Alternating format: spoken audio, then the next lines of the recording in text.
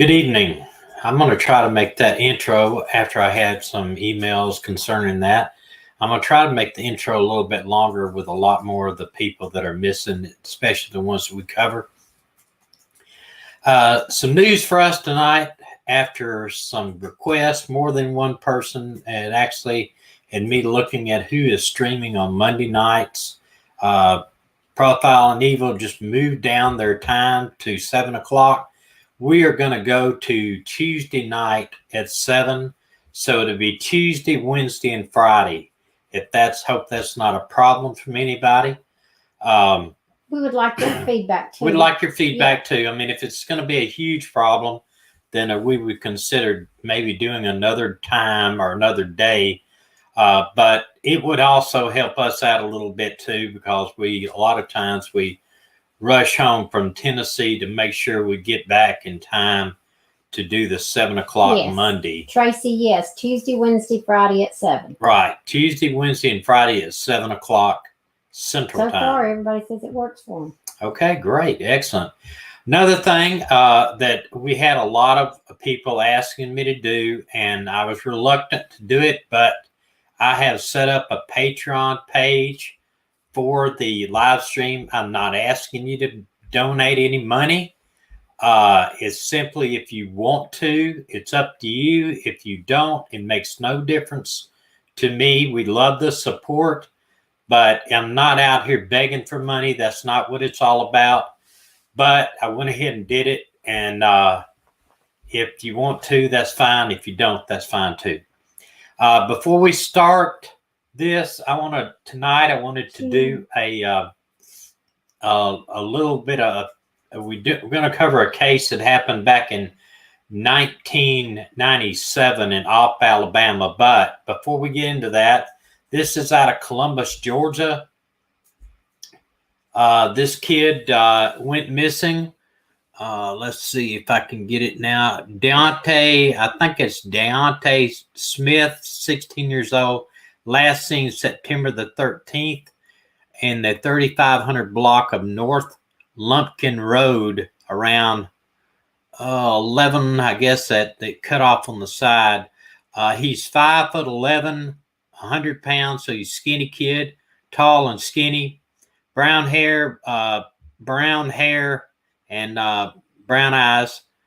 We're going to start doing this where we put up pictures of the kids that have come up missing, because we want to help the marshals find these kids. Right. And this one is, it could be a runaway or it could be somebody that was snatched up. You never can tell, but keep your eyes out for them if you are in Georgia and or surrounding areas. Columbus, Georgia. Somebody says, Heather says, does anyone ever close their eyes and listen to Thomas' kind voice and hear Cleveland from the Family Guy? Oh, gosh, I don't know. I'm going to have to find out what that's about. Okay. Oh, hey, Trish from Milwaukee. Don't start that mess. My dogs are arguing with each other here tonight. Go ahead. They're not. Okay. I want to cover this, and I've got a couple of news clips to play with it too, but foul play is suspected. This happened in Opp, Alabama. And Opp is I'll put a little map up to show you. In fact, it's a little close. Hold on 1 second. Blitzen says there's 2 other young boys missing around the same area. So that sounds like they've got a problem. Okay. Well, if you email me about them, I'll cover them too. This is right up here is Opp, where that little, if you can see it, the map's not the greatest in the world.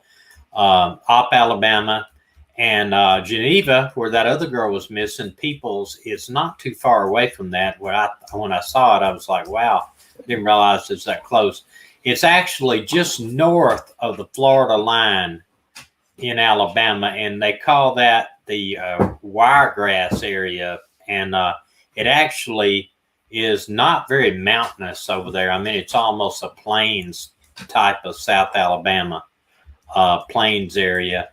The reason why I say that is they had, I found when I was researching this, I found a thing where they had some psychic on show back in that day, and she said that she was buried next to a couple of mountains, 3 mountains, and I thought that's kind of funny because there's no mountains down there at all. It's real flat land. It's almost, they call it wiregrass. But anyway, she is her birth date is May 18th of 1980. She's white female, brown hair, brown eyes, 5'4", 130 pounds. They believe, actually, like I said, the town is 7,000 people. It's a real small town, southern southeast Alabama.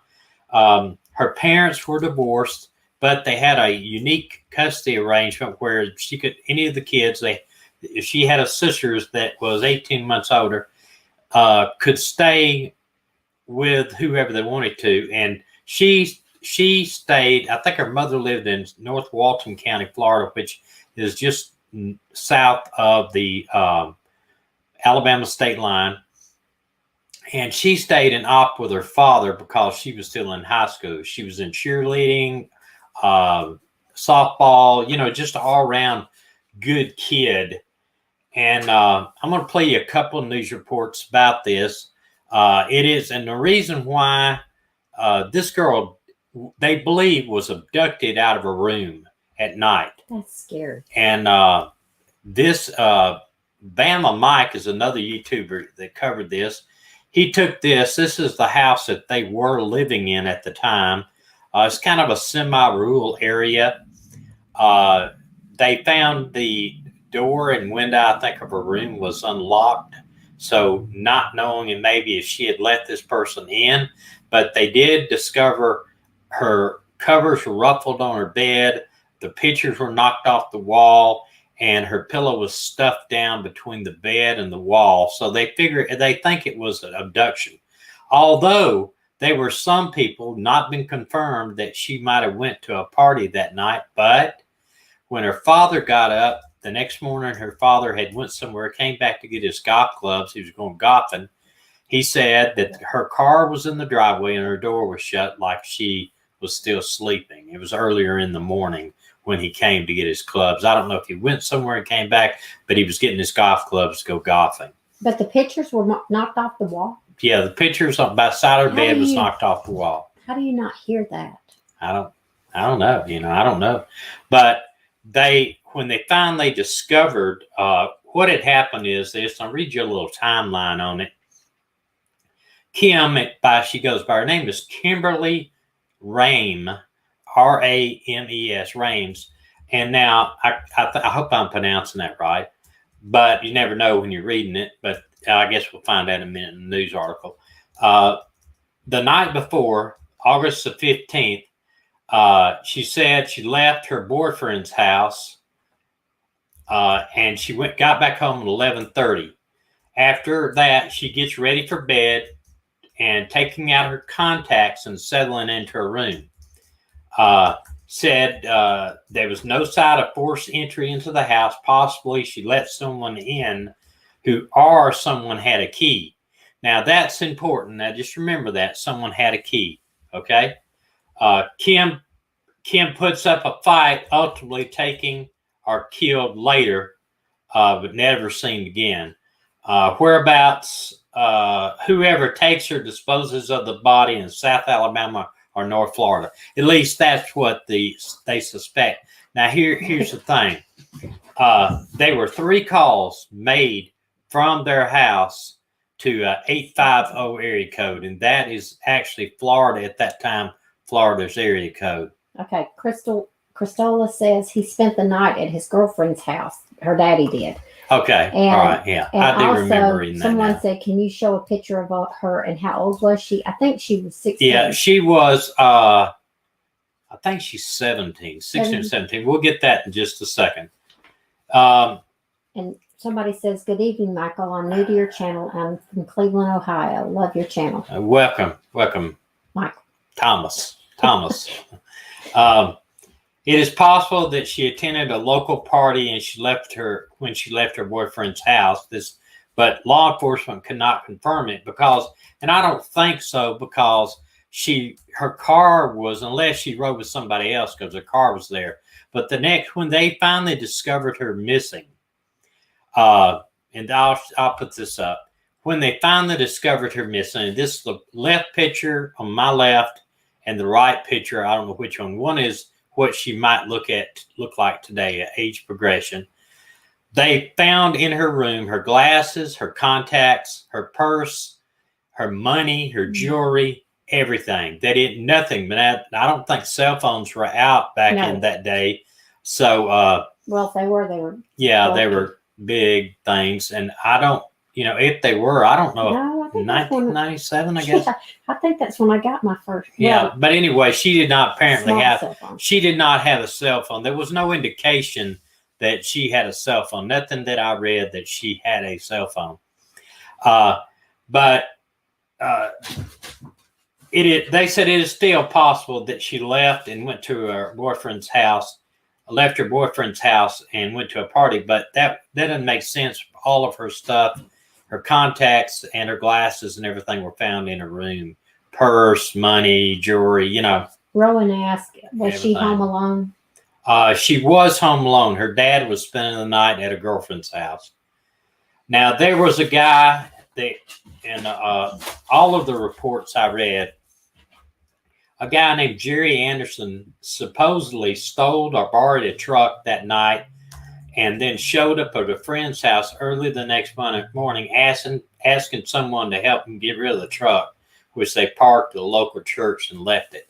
Now, I don't know why, but this was in every paperwork I saw. That was something significant about that.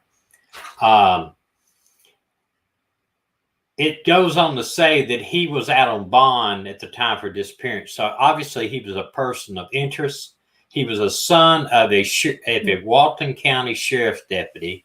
And some of the information I read was suspected that some of these people might have covered up some of the stuff law enforcement in the area might have been involved in not pursuing it as a suspect because of being a son. I don't see that, because when I was in law enforcement, it didn't matter who you were. If you were guilty of a crime, we pursued it. But remember, this is a very small town.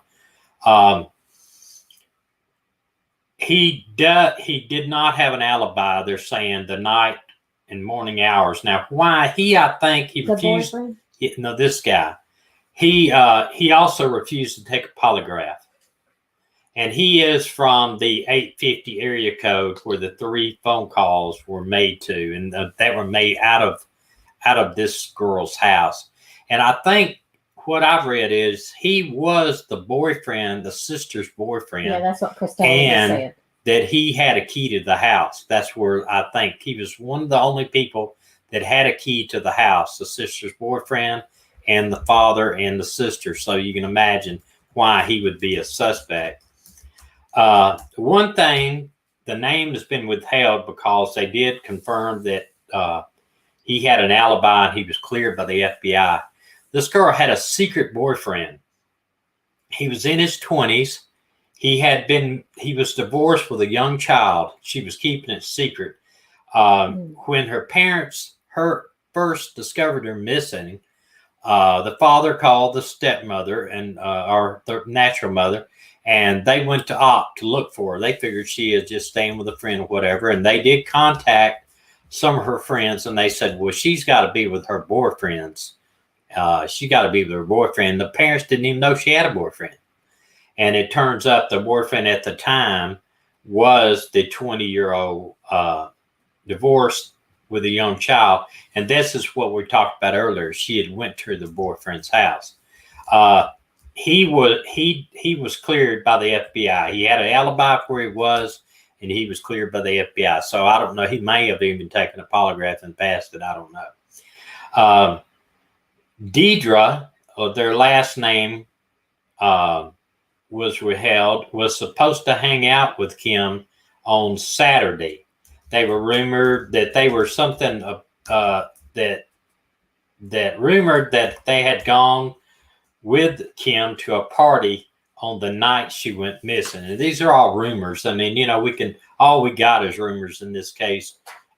They say it's a whole lot of nothing for information. It's a very cold case. It's a very cold case, but it's still an active case. They've gotten leads, and the police are actively pursuing those leads. Like they went to an area and they dug up a whole area where they had a well. Somebody claims that she was dumped down a well.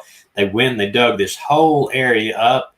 They went to a sinkhole in Florida where they supposedly her body was thrown. They went, and the only thing they found, I think, was some motor had a chain to a block that was thrown in there. So they obviously had a lot of stuff. Listen to this newscast and tell you a little bit more about it. Next month will mark the 23rd anniversary of the disappearance of Kimberly Raymer. On August 17, 1997, Kimberly Raymer was last seen leaving her father's home in Opp. At the time, 17-year-old Kim literally vanished. She hasn't been seen or heard from since. Mike Gerspan says Kim's family and friends continue to keep her story alive as they hope to one day gain closure from this mystery that remains an unsolved cold case. Over the weekend, Kimberly Raymer's mother, along with family and friends, gathered in front of Opp High School. They placed a yellow ribbon on the tree planted by what would have been Kim's 1998 graduating class. But the softball player and cheerleader was last seen at her father's West Ida Avenue home in Opp on the night of August 16, 1997. I think about it all the time. I think about what we've missed with my daughter. Her death, her being married, her having children, my grandchildren, it would be something. Over the last 23 years, Kimberly has been the subject of numerous network television missing person programs. In the months and years of her disappearance, community members, the FBI, along with state and local law enforcement, have scoured miles of land from Alabama to Florida. No, it's something that's always thought about, and it will never go away.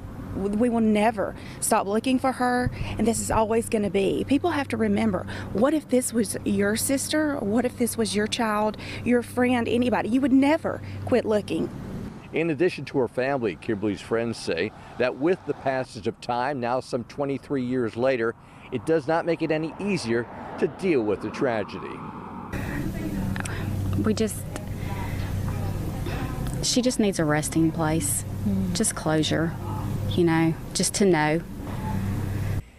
Kimberly planned to become a physical therapist. Dead or alive, the family just wants to know where Kim is located for closure. If anyone has any information on Kim's case, the numbers to call are on your screen. Those numbers are for the Walton County Sheriff's Office and the Opp Police Department. In addition, her Facebook page is titled Help Find Kimberly Raymer. Kimberly's family members say they believe one or more persons know what happened to their little girl.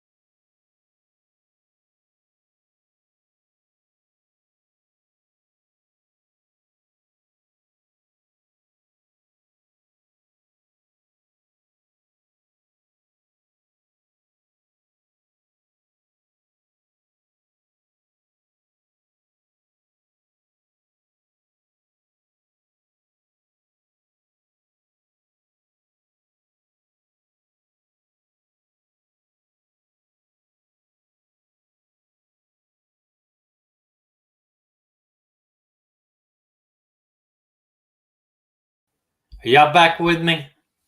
I don't know what the heck happened. You're going off and on. Are you back up? I think I'm back up right now. That's just live for you. Let me straighten some stuff out. I've got to remember to make sure my computer is charged completely up. Well, not only that, but that the dog's The dog's not under there and knocking everything loose. Okay. That's an excuse. Okay. Well, I hope I'm back. I hope everybody sees me back, and I apologize for that. We're back. Okay, great. But you can see this case is real complex. It's you know, I know for a fact they did go out and search 2 or 3 places. They dug up some land, didn't find anything. They got a tip about a sinkhole. They went down there and dove down. The FBI divers and everything went down in there. That'd be something to do. But the mute button was on. Okay, it's not now. Okay, yeah, but they were unable to find anything. I mean, this is like a true whodunit. And so one thing, I have a little timeline to show you too. It's a little bit more in there. Is on August 15th, they said that, and I'm just reading this because I don't have a great memory to memorize all this. She went and had senior portraits done. 8 p.m. she played in a city league softball game. This was the night before. Went home to shower and get ready to go out with friends. But instead of going out with friends, she went to her boyfriend's house. This was told by the friends. She left about 11:30, which was her curfew. And that was the last time anybody officially saw her alive. The boyfriend actually was the last one to see her alive. Supposedly arrives home, but no one else was there. Kenny, the father, had stayed with his girlfriend. But when he came to get his golf clubs the next morning, her car was there. Like I said, her contacts, her glasses, and all of her other stuff was there. So, you know, they can assume that she came in at some point in the night. Early in the AM, possibly seen at a local party, not confirmed. And, you know, I'm kind of suspicious about that because she might have left her boyfriend, went to a party in the early AM, and then went home. I mean, there's nobody can say that it was or not. But at 5:20 a.m., 3 phone calls were made from the home to an 850 area code. Now, I don't know why or if they did go and find out who was on that 850 area code or what. I'm assuming the FBI did that. The morning hours, Kenny, the father, returned home to get his golf clubs. He sees her door closed, her car is in the driveway. He assumes that she's sleeping and possibly already left with friends for the day. And he was not even alarmed at the time. And, you know, if I was that way, I might not have opened my daughter's door to peep in on her. I mean, that, especially you're talking about a little small country town. Half the time, people didn't lock their doors. I remember we lived down at the Gulf Coast. Until my father died, we didn't lock our doors. And the only reason we did then was after he died, they printed our obituary on the computer, and somebody just walked in our door one night while we were upstairs.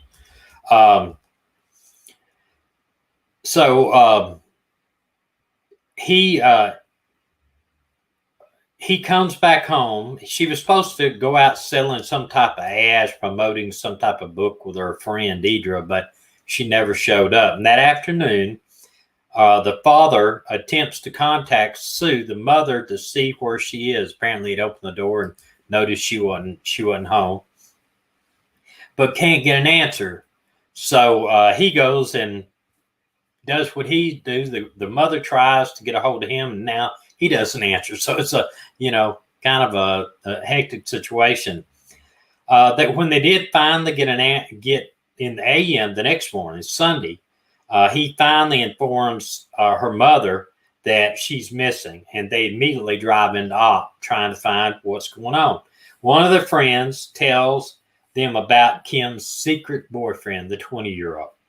And they said they go to his house and to see if she is there, and she is not, of course. And they talk to the boyfriend about Kim being missing. They go to Ott Police Department and they report her as a missing person. Okay, stop just a minute. Bitson said, I read that the father may have owed drug money to a guy who did not pay if someone owed him money. Even rode by and shot bullets in a house where mom was owed. Yeah, I'd read that too, but as far as I can tell, there's nothing to substantiate that. And I didn't want to, as I say in other videos, muddy the water, but that is always to be considered. And I'm sure I've heard that the FBI knows that that was that he was suspected of that. All her belongings were in her room: her purse, her car keys, contacts, glasses, shoes, etc. Some signs of struggle, as we talked about: pictures knocked off the wall, pillow wedged between the bed and the wall. And you got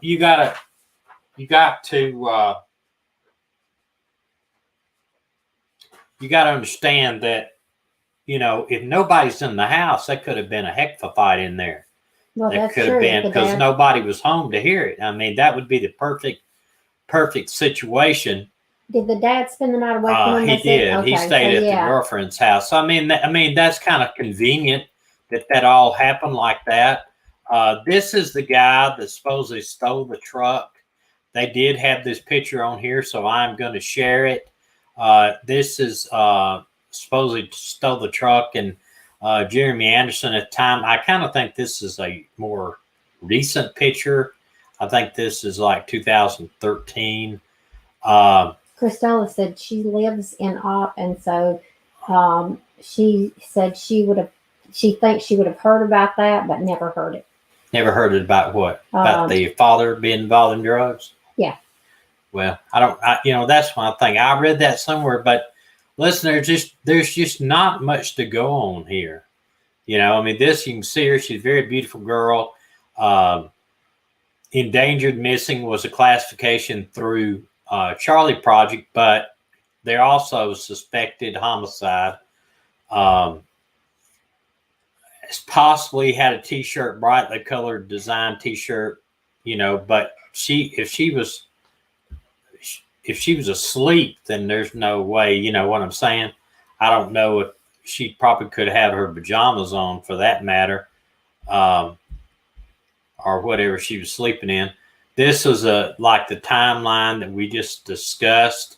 I had copied it off here. Another one here, just continuing on. But details of the disappearance here, and they go into just about everything. The suspects, I don't know why they kept bringing this guy up as a suspect without really substantiating that he is a suspect. It was almost, I don't know, it was just weird, but I did name it to see maybe if somebody can throw something in there that maybe he is a suspect. A nonprofit group came down in 2001, and they searched a sinkhole with cadaver dogs, and I think the FBI brought in some cadaver dogs. Other two, they did get. I think they on one particular dig, they did get a hit from one of the dogs, but they dug up the entire area and did not find any remains of anything. So, dogs not completely infallible, or they might have had something dead out there at one time and they deteriorated. But they didn't find any human remains anyway. Let me go over here. I'm going to play this one. It's pretty heart-wrenching to really play this, but I'm going to anyway. This is the mother again. Makes me want to cry. She was a great daughter. I mean, she was a good student. She played sports. She was just a good all-around girl. And I don't know how this ever happened to her. We love her so much. And it's been so hard. She used to come up to me. I'm gonna cry. She would say, "Mommy, hold me, Mommy." Is that one thing that I remember so good? Early on, I believed that she was hurt. Somebody hurt her. Well, they changed the name of it once. I had a sick feeling. And then the days went by and the days went by, and I knew something was wrong. You know, I knew that somebody did something to her. And all I needed to do was find her. That is one of the things that she deserves and we deserve, to have my baby back so we can bury her. I wish that this all didn't happen, but it did. And I just have to deal with it and be strong. I'm just hoping and praying that whoever knows anything, because somebody does, you know, somebody knows the truth about Kimberly, and they need to come forward and let my baby come home.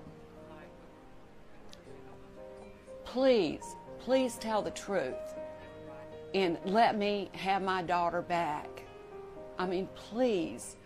I just want to bury my daughter. It's been 20 years. It's long enough. And I need peace in my life, and so does my family.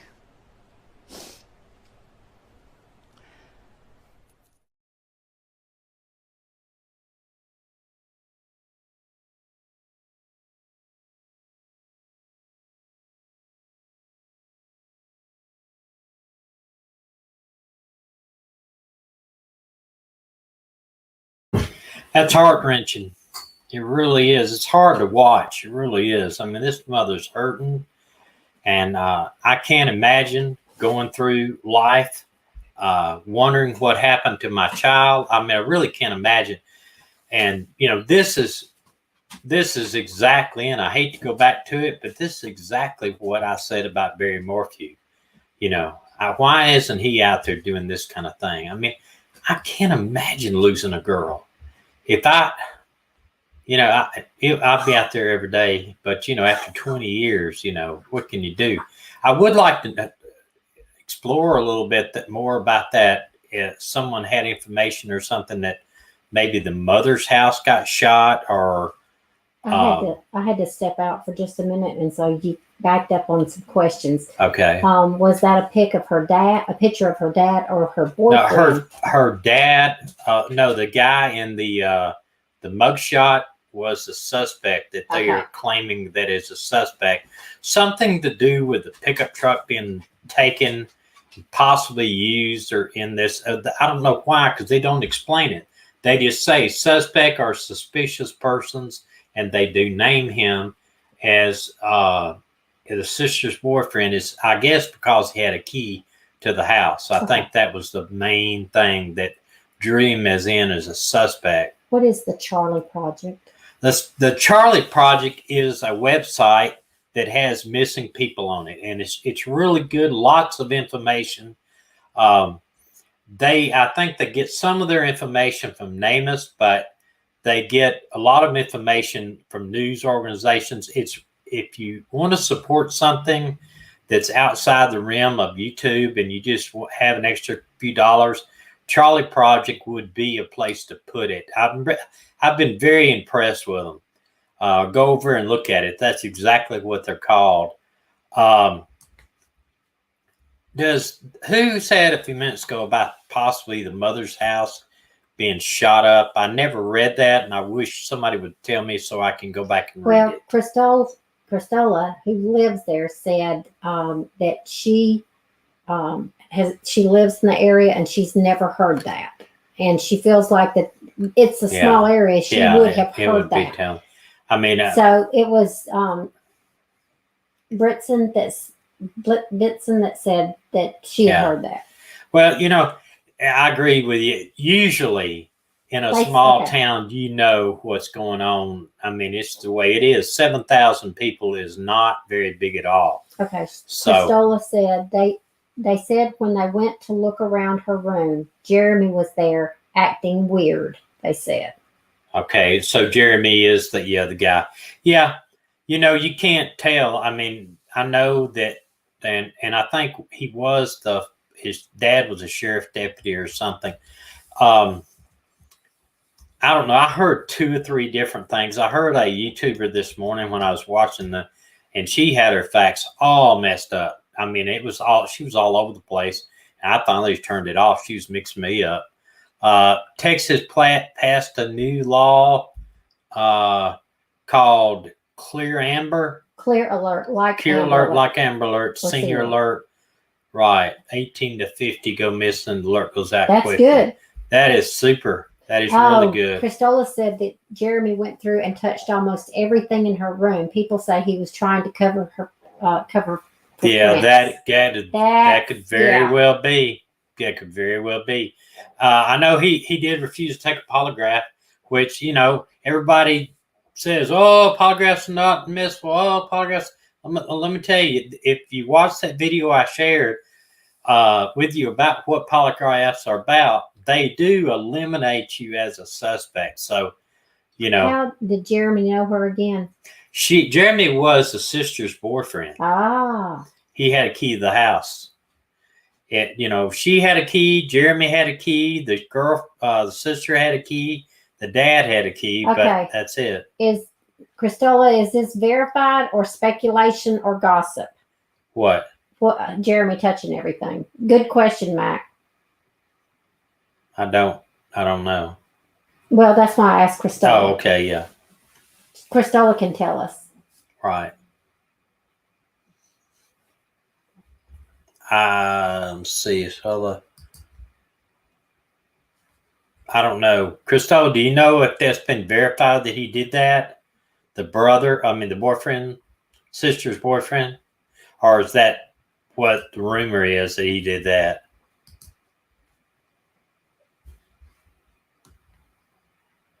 I don't know. Maybe she'll tell us in a minute. Then my things are running a little bit behind for this computer shut down on me. I tried to make sure I had everything right tonight. I guess things happen. I forget to put the app before somebody's name too. Sorry. Mm-hmm. Joshua, yes, he's a retired police officer.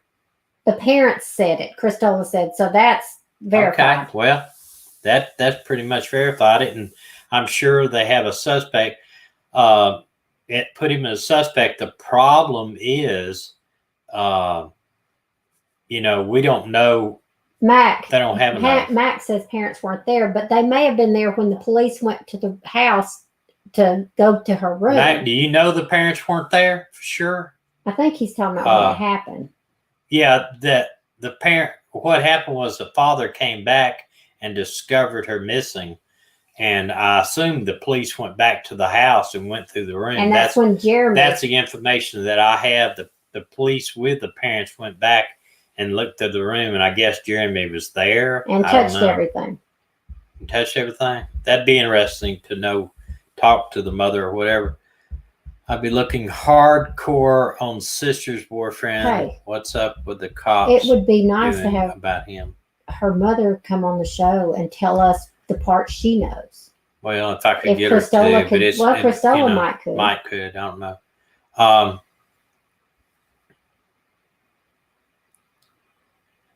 You stated he touched all the house was left in for his other daughter's boyfriend. From what I read, Christola said Jeremy was in Kimberly's room and he touched everything as they were going through there. There would be no reason for him to have fingerprints in her room, I would think. I would think so too. Yeah, when they were looking for clues, that's and you got to remember too. You got to remember too. The parents were there. Alabama does not have a crime scene unit at that time. Their police department, I would bet, back then was less than 15 people. It's a little small town. I mean, right now, I would guess the police department maybe is 20 people, 7,000 citizens, unless you were talking about a beach town that gets, 300 to 400,000 people on a weekend. Ops not going to have that many police officers. Now, when you got a missing person, they're probably going to send over one guy and the parents. So he's not going to be overly concerned about the boyfriend being in the house, because at that time, he's not really a suspect. And I'll be honest with you, when people are just discovered missing in a small town, the first thing they're going to think of, oh, she probably ran away. So, you know what I mean? It unfortunately, and I've worked in small towns. Nothing really happens there. I got you. I worked as a volunteer in law enforcement when I was between my larger law enforcement jobs. Had a little farm in Tennessee, and I rode around with these guys in a town about the size, a little bit smaller than Op, and they had 2 officers working the whole town at night, sometimes only 1. So, it wouldn't be nothing for them to come out and even, let him in the room or whatever with them. It's small town. If in a larger town, like even when I retired, father was in law enforcement. Jeremy's father's in law enforcement. He knew what they were going to look for too, if he knew if his father talked about any of that stuff. And we're not saying he's guilty, but he is their suspect because he's one of the few that had a key, and for whatever reason, he could have been jealous of her, or he could have, tried to, whatever. I don't know. We don't know what happened. I don't know where the sister was. I heard questions asked about that. Says that was the day they went to look for clues. Jeremy was there with the sister and parents. Okay. So they went into the room to kind of say, hey, let's check out the room, see if we can find anything that would tell us where she might have went. And you know how you do if you're not watching. And I'm sure at first the police just came in there and maybe looked around, but they didn't even think that it was an abduction. So they didn't have any reason to try to take fingerprints or anything. It's a small town. It's Dana wants to know, is it Jeremy's father-in-law enforcement? Is Jeremy's father-in-law? Yeah, at the time, Jeremy's father-in-law. Yes, his father. His father was a Walton County Sheriff's deputy at the time. I would assume he'd be retired now. Nobody knows where the sister was? I don't know there's no indication where the sister was.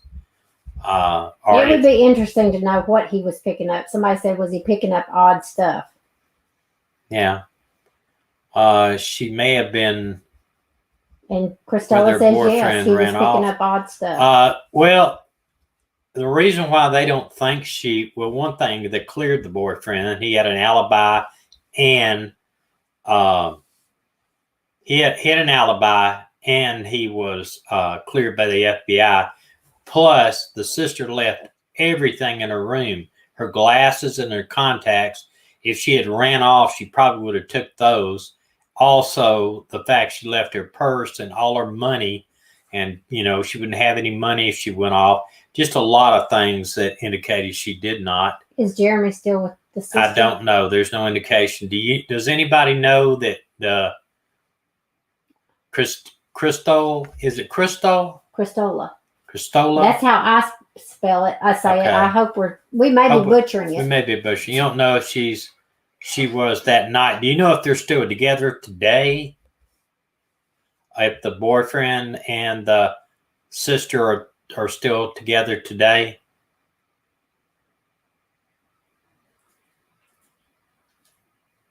I don't know. Maybe she can tell. She wasn't planning to leave, obviously. No, I don't think so either.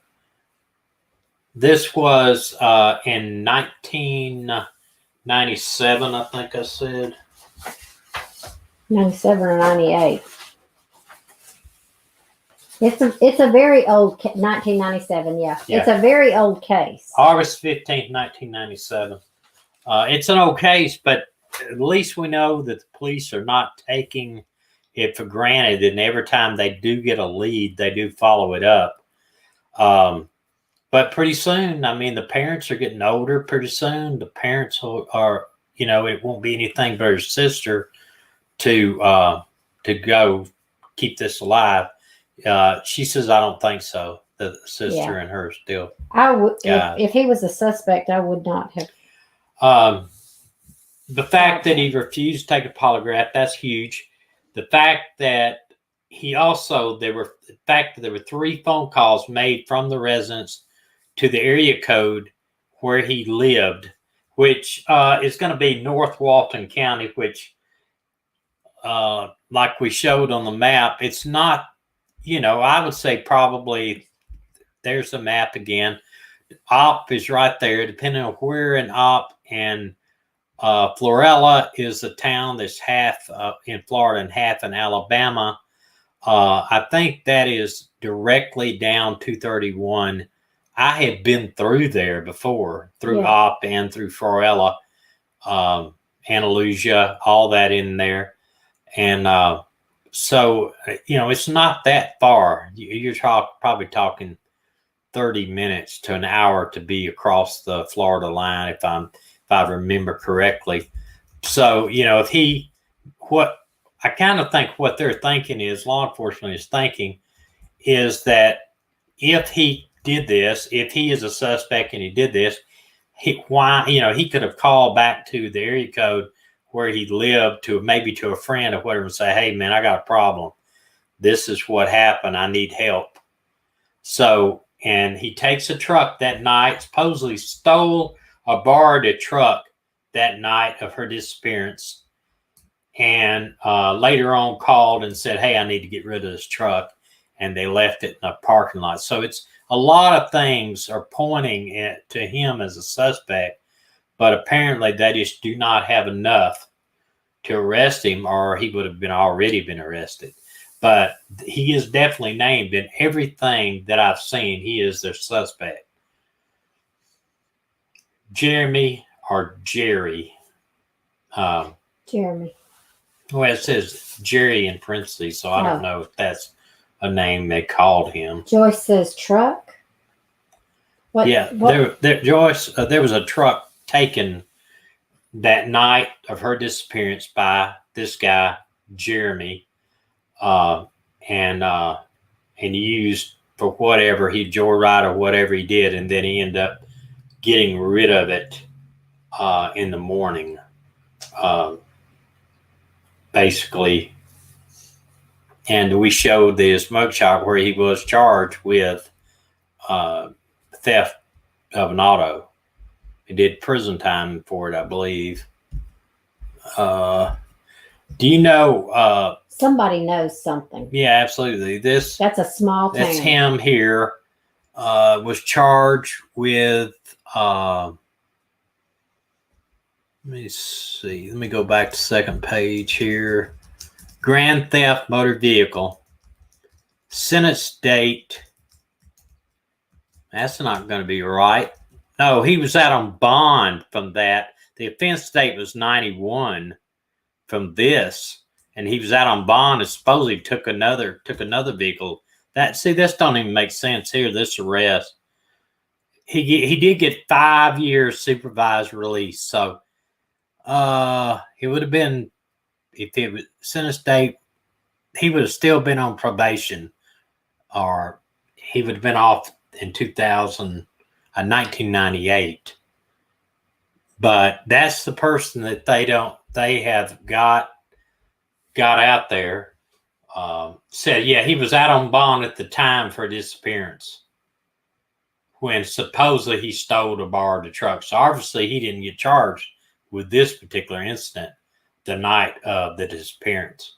He was just out on bond for this other one. So I agree with Mac. But Daddy had connections for his son. Yeah, I'm sure he did. Back there, I mean, he had connections. I just don't know that, when you're dealing with small town police or what's going on up there, I don't know I don't know how connected he would be, or if that would make a difference up there or not. I know I can just speak for myself and the law enforcement. And I know I got criticized this the other day for halfway taking up for the police and the other case, the People's case in Geneva. But what I can say is I'm very pro-police, but I tend to give them a benefit of a doubt before we just automatically say that it was a crooked situation. Too many times that's what's wrong, and I'm going to preach a little bit. Too many times that's what's wrong in today's society. Your police are involved in a shooting or something, and the mayor and everybody else fires the officer before there's even an investigation. I just simply think let's investigate these people first before we throw them out on the street. Because if you did that to anybody else, they'd be a riot in your neighborhood. That's all I'm going to say about that. But I just think that, I don't know his daddy should have made him take a lie detector test. Well, maybe, or his daddy should. I don't know if his father was involved, but I don't know. I think he should have probably, if he would have took a lie detector test and it cleared him, that would have ended that. He wouldn't have been even thought of as a suspect. But, we cannot automatically say, oh, because his daddy was a deputy, that everything's underhanded.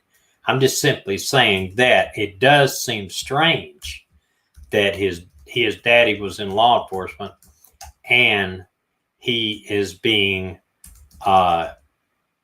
he's not arrested or whatever.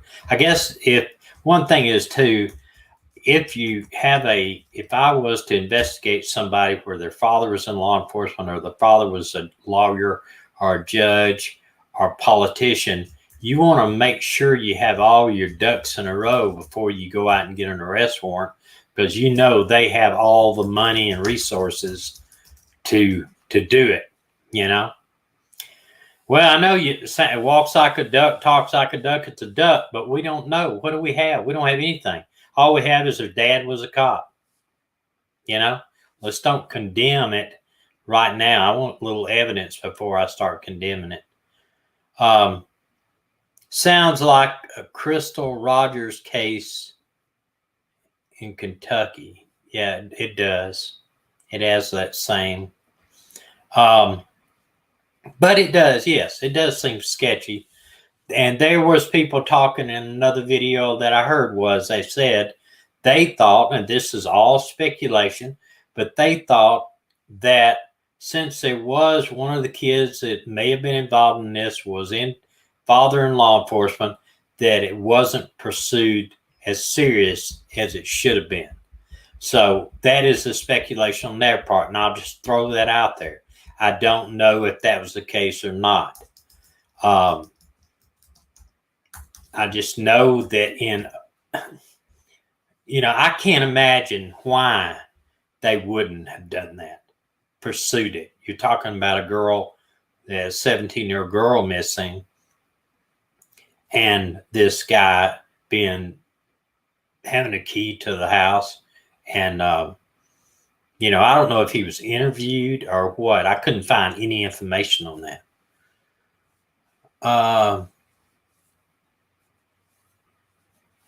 Yeah, I don't know I never heard anything about the sister's whereabouts. I don't think she was considered a suspect, or even, maybe the sister being with her. And I would have liked to have known from the sister also if he had ever said anything towards the girl, if he had an attraction, or was he drinking, no DNA evidence that I know of. That was never heard of any DNA.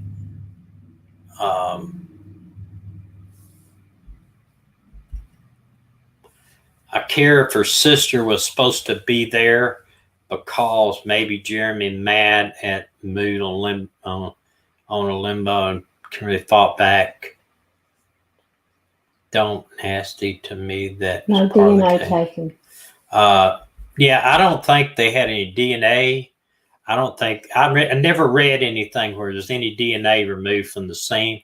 You know, you remember they didn't have touch DNA back then, so I hope they kept the bed covers and the bedding, the sheets.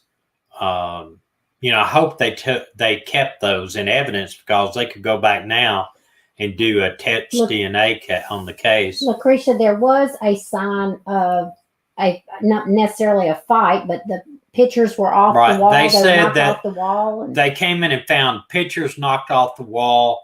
The covers were ruffled up, and her pillow was stuffed down between the wall and the bed, kind of like something they'd had some type of wrestling match on the bed.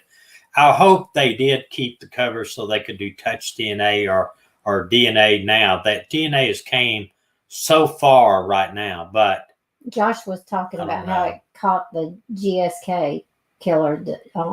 Genealogy did. There's been some great cases solved that way. But so far, as far as I know, there's never been any DNA, and I doubt very seriously, knowing what the DNA was at that time, that they probably luminoled the bed at the very least when they didn't find any blood evidence, and they probably left it. Yes, yes, Joyce, there was a tussle of somewhat.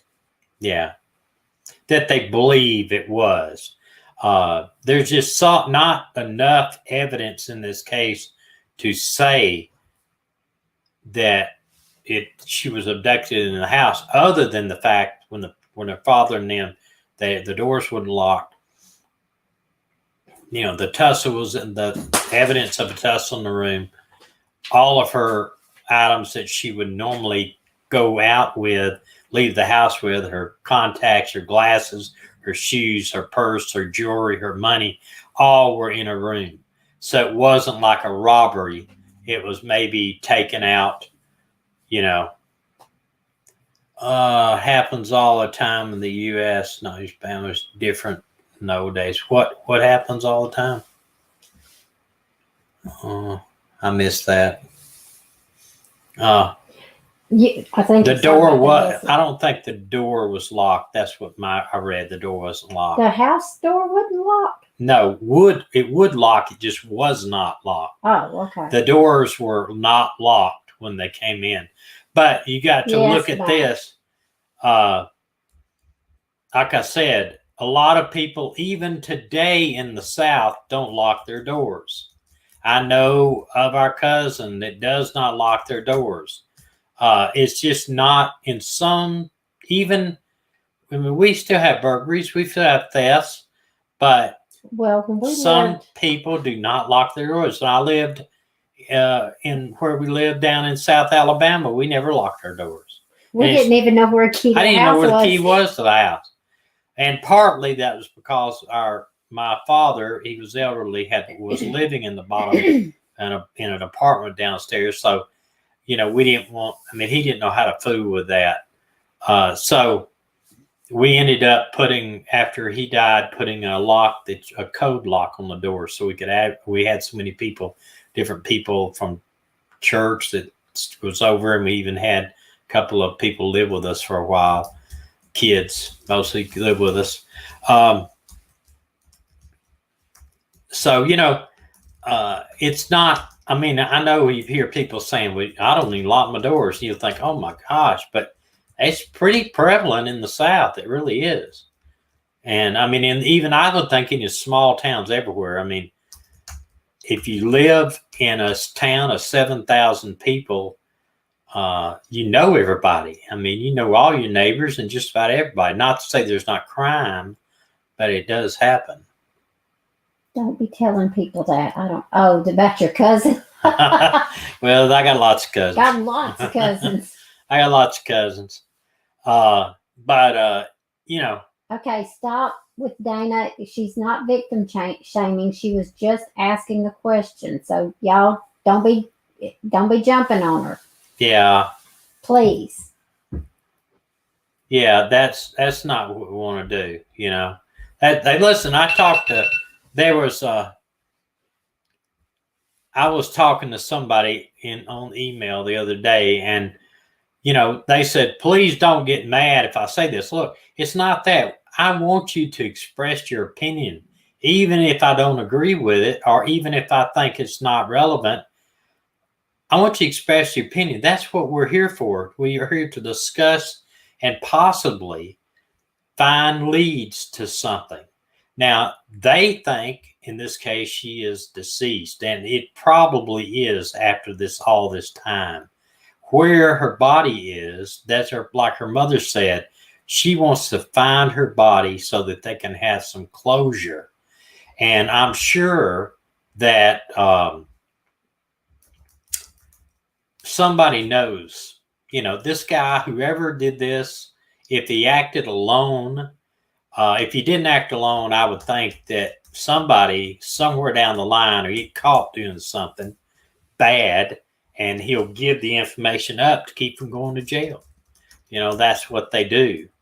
Or somebody will give a dying confession or something. We can pray. We can only pray that the mother, before she's gone, the father is deceased already.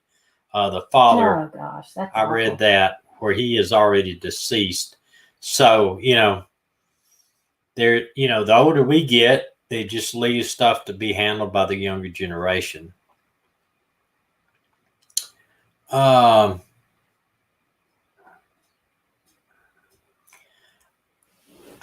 think that this case can be solved. Yes. If somebody whoever this guy or this person that called early in the morning to the 850 area code, possibly to help them get rid of the body, and that's what I think it is. They may have called or helped get rid of somebody, or maybe saying I accidentally, her or whatever, or we need to tell. Who knows what it was? It could have been that the father was involved in something, or it could have been that she was, somebody was making a pass at her, and it went too far. We don't know what happened, but obviously there wasn't enough crime scene with blood or what evidence to say that possibly the police think that she was abducted. That is the strategy that they're going on.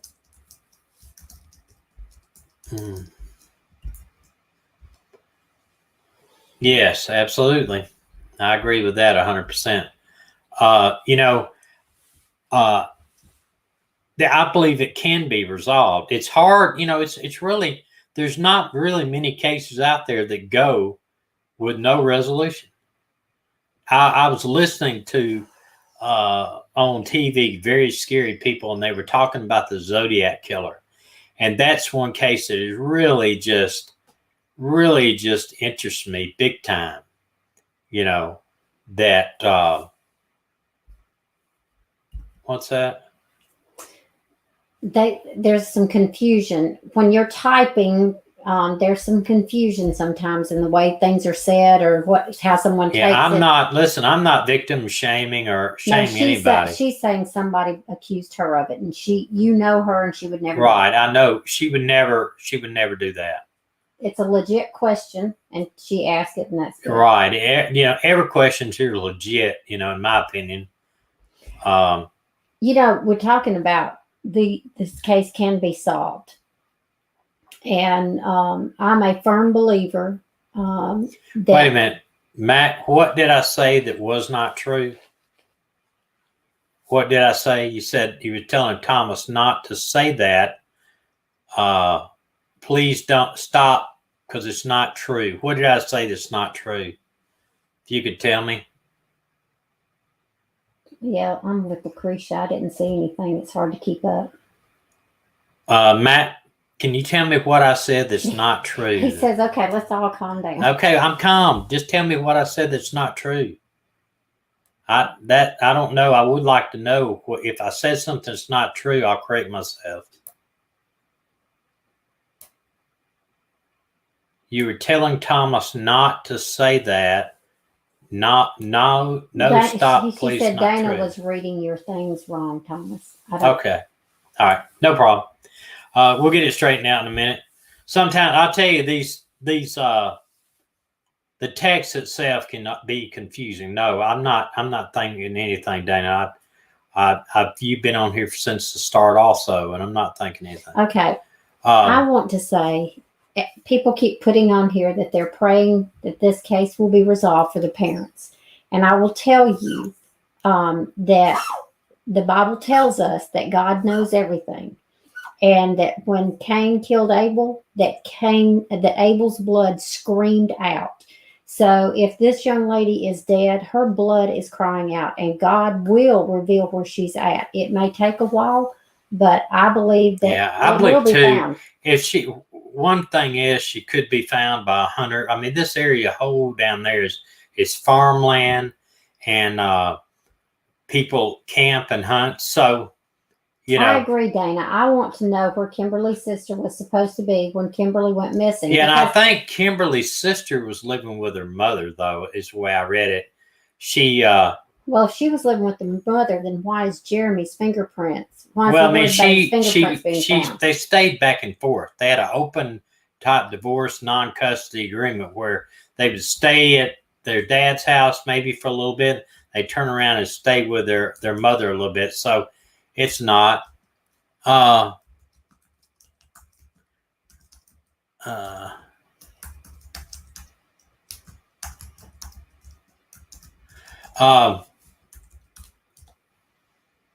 think that sometime, her remains may be found.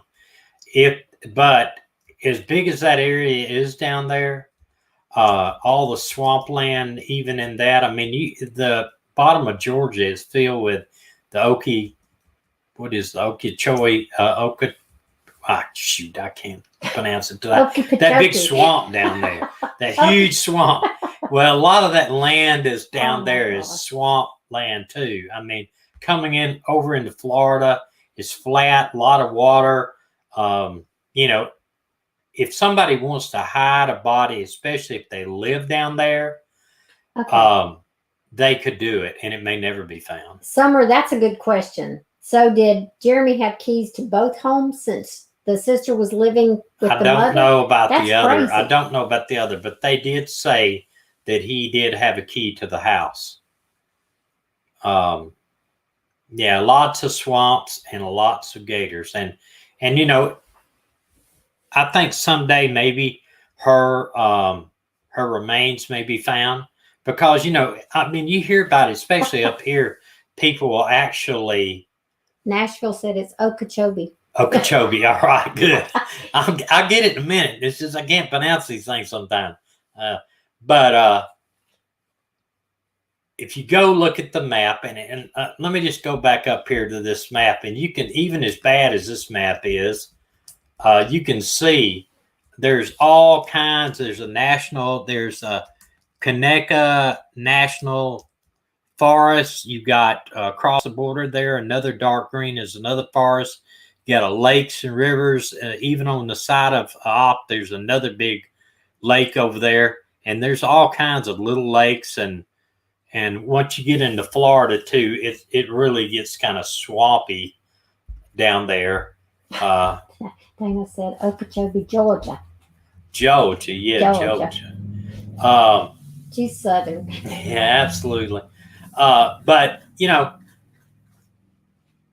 it may be, I think somewhere, sometime, I don't know what's up with all this false information they keep getting.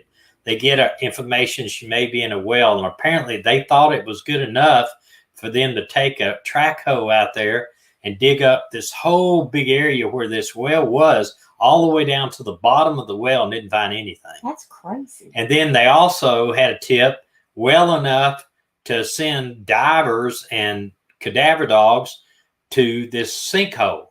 And if anybody knows about sinkholes, I mean, Florida's full of them. And there's even some in Alabama. So they're just like almost bottomless pits. So we just don't know. If somebody, what I'm hoping is this, that if whoever did this had help disposing of the body, and when something makes them want to tell, either the heat gets to them, they think somebody's going to get in jail, or something, and they give up some information. That's a thing we can hope for, because well, their conscience could get to them. Yeah, but I when they talk about spending life in prison or possibly the death penalty or something like that, it may not be.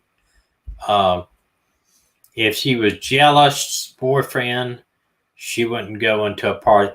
Yeah, I don't. That was just the party aspect. Was somebody was just throwing that out there that it's never been confirmed by law enforcement. So that was just thrown. But even if she left the boyfriend's house and went to a party, she eventually went home, and that's where we believe it happened, because of the fact that her contacts, her glasses, her jewelry, her purse, her shoes, everything was left at the house. Yeah, everybody has a theory. We're just talking. You're right. Some people don't have a conscience, Charlie Hunt says. Yeah, I agree with that.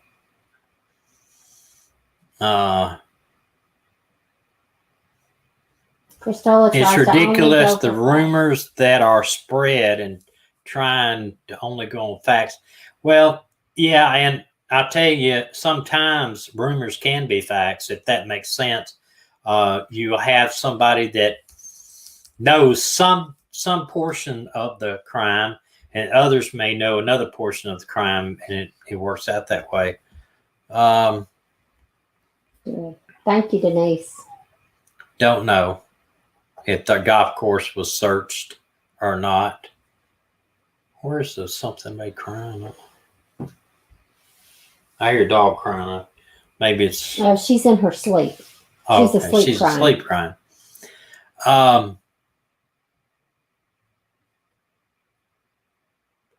You know, what... You know, you're going to have people of gossip, you know. And you're going to have people speculate. From a small town, you will, large and small, but especially a small town, because everybody knows everybody. I mean, here in town, what'd you say? Gossiping here in town. Yeah, I'm sure, you know. Yeah, she wasn't talking about us. Right. I'm sure that there's gossiping in town.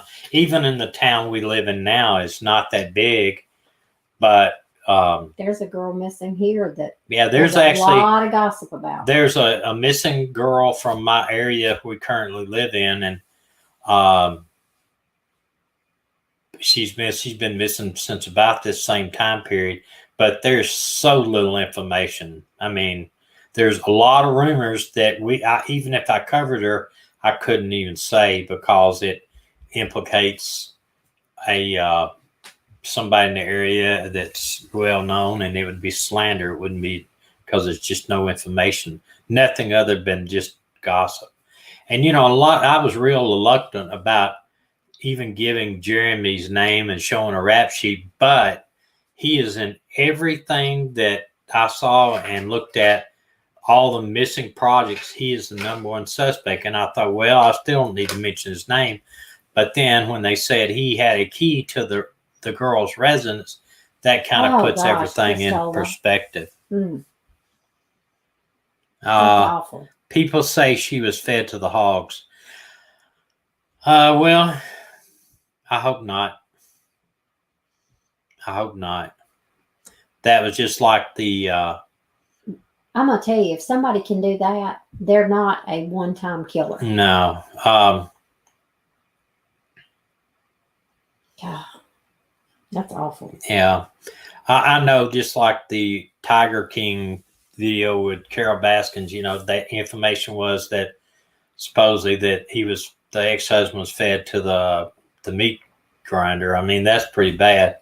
I guess if that really happens, there would be no way to know unless somebody gives it up, you know. Wow. That is good. 118 viewers with 118 likes. Wow, that is great. We just want to keep this family, especially the mom and the sister, in prayer, and hopefully somebody will come out and say they know something, because all it's going to take is one person to give information that's going to be backed up by another source, some real information, and that it will end up being the clue that breaks this case wide open, because it can happen. It can happen. Thanks everybody for coming tonight. We will be back. Lucretia, you're right. 25 years for somebody who didn't commit a crime would be horrible. Tommy and I listened to books on tape, and we were listening to some true stories about people who were locked up for something they didn't do, and that is awful. Right. And, that's, I tell you, since I've been out of law enforcement, I'm very interested in the Innocent Project. Yes. And people on death row for crimes they did not commit. So I'm interested in all of it, especially the Innocent Project. And there's a lot to look into. And we don't judge people just because of their past crimes either. So we need to keep an open mind about all of it. Lucretia, thank you for the comment. We want to keep people in the limelight, that so their parents do get some kind of closure. Yeah, and I do want to remind everybody about what we talked about at first.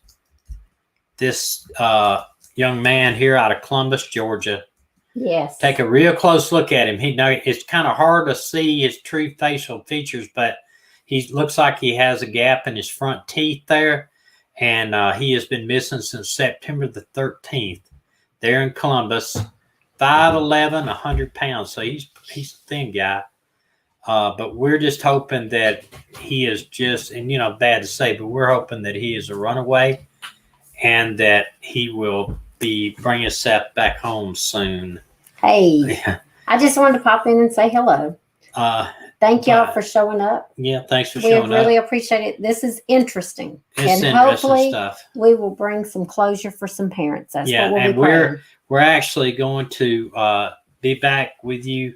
We're going to do it Tuesday, Wednesdays, and Fridays, and leave Monday open for to give those other guys the bigger channels away. I mean, last video, and I don't know if it was whatever, but we had about total people have watched that video is only about 700. So, and it's usually in a couple of thousand. But we want to bring that to you. And like I said, and I'm not saying this to beg for money. So please, please, please don't take it that way. If you feel the need to or want to share, to give anything to our channel, support the channel anytime, we do have a Patreon page now, but the maximum fee that you can give is $5 a month. So we're not trying to get rich out here. But we don't have different levels or anything. It's just got one straight small gift, and that's just up to you. I'm not saying that we want you to do that to watch a video or anything else. It's just a way to support us, help us out with the channel. But if you don't feel the need to do that, it's not going to matter to me. I want you to enjoy the channel, and just y'all being here is enough for me. Yeah, I promise you. Super Chat is up too. Yeah, Super Chat is up too. But normally we try to do that on a Friday because everybody's kind of getting ready for the weekend. But I've never had a weekend in about 20-something years because I've either worked every single weekend up until recently. All holidays. And all holidays. Never even went to a 4th of July picnic that our dad used to have, a big 4th of July barbecues. Worked every single weekend, every single holiday, every single 4th of July. Worked them all. Okay, now, you want to hear a story? Let me tell the story. What about? Come on. April Fool's Day. We had been married 15 years, and I called his chief of police, who he had just gotten a job with 2 months earlier. And the girl asked who was calling, and I told her, and she said, hold on. And the chief of police. Thank you very much, K-Blight. The chief of police picked up, and he said, how can I help you? And I told him who I was, and I said, Tommy and I have been married 15 years, and it's getting really hard to get him on April Fool's Day, my favorite day of the year.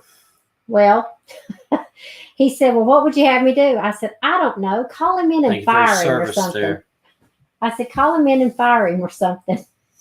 So Tommy comes home at lunchtime and he doesn't have anything to say. So I'm like, dadgum, they didn't get him. Now I got to figure out a way to get him. So while I'm figuring out in the afternoon, he comes in and he goes in the bedroom and he takes off his uniform belt and he says, honey, come here a minute. And I went in there and he threw me down on the bed and started choking me. Not really choking me. I was like, I'm going to kill you. I'm going to kill you. They fired me. It was not. They called me in the office. She said, we've had a few complaints and, we've had these issues here and we decided we're going to have to let you go. And I grabbed my heart. If I'd have been thinking and known it was maybe a joke, I'd have fell out on the floor and act like I was stroked out. But I said, you're kidding me. And they said I turned white as a sheet, and he thought I was going to pass out. He said, oh, by the way, April Fool, compliments of your wife. But there better not be a domestic at your house. Yeah, that's what he said. I bet we never not come out to a domestic at your house. I said, oh, I'm going to take care of this. There's going to be payback. But people ask me if I felt bad about it. And I don't know if y'all can hear this, but I felt bad that long. Yeah, April Fool. I do not. On April Fool, I don't believe anything she says. That's not true. I get you every year. Well, it's just something like waking me up and saying, hey, your car's got a flat tire or something. No, when I said the store got robbed. Yeah, you did that. He is so easy to get, y'all. Wow. Thank you very much. Thank you. Thank you so much. Never locked the doors, but 28 people in total in a very remote village in the middle of nowhere. That is awesome. Wow, Thank you so awesome. much. Thank you. Kevin, we've been married 43 years. We dated 4 years in high school. Thank you so much. Gosh, that is awesome. So, yes, we are, and I'm happily married. I won't trade him for anyone else, but I don't want another. She says she never thought about divorce, murder a few times, but never divorce. Well, thank you so much. I appreciate all your super chats too. That means so much to us. Thank y'all so much. Yes. And we hope we will see you back here tomorrow night. We're going to try to do it again tomorrow night. I've got some ideas on some people that we need to cover. Joyce, don't worry. I get him every year. I plan for it every year. Yeah. Thanks for your super chats. Yes. Really, that you just don't know what that does. And I know, listen, I don't want you to ever feel like you got to. Please don't. Okay? I understand. We're living in tight times right now. We are. Yes. Very tight times. People out of work. And, I just feel very blessed to be in our position. Kathleen, it's the Kimberly Raymond case out of Alabama. And we are finishing up. You may have to go back and watch.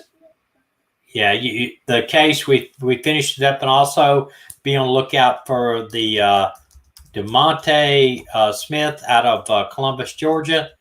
And I've received so many emails this week with case suggestions. I am going to cover them, okay? Give me, unless we have something, if it's a fresh case that somebody needs, maybe have an Amber Alert or something. Remind the viewers of the time then, the time is the same, 7 p.m. Central Time. Okay, 7 p.m. Central Time, Tuesday, Wednesday, and Friday. Yeah. Because we will move over from the very crowded Monday. I think Profile and Evil they moved their time down to 7 o'clock, and they've got a choir practice. They've got a huge following. I don't want to be up against them. And also, there's another girl that does stuff. And she's got a pretty good channel too. And I just don't want to be up there. I mean, why? This is it's 7 o'clock Central Time Zone. Yeah, 7 Central Time Zone. You're in Atlantic Time Zone. I don't know what that would that be. Yeah, Denise, the time's the same.